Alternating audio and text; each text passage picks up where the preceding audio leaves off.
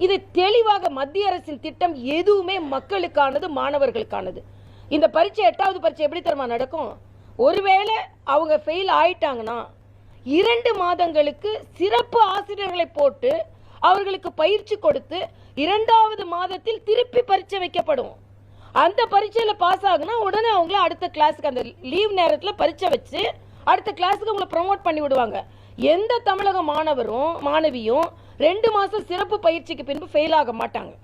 அன்பின் பொய்யாமலிக்கு வேணா அது புரியாமல் இருக்கலாம்.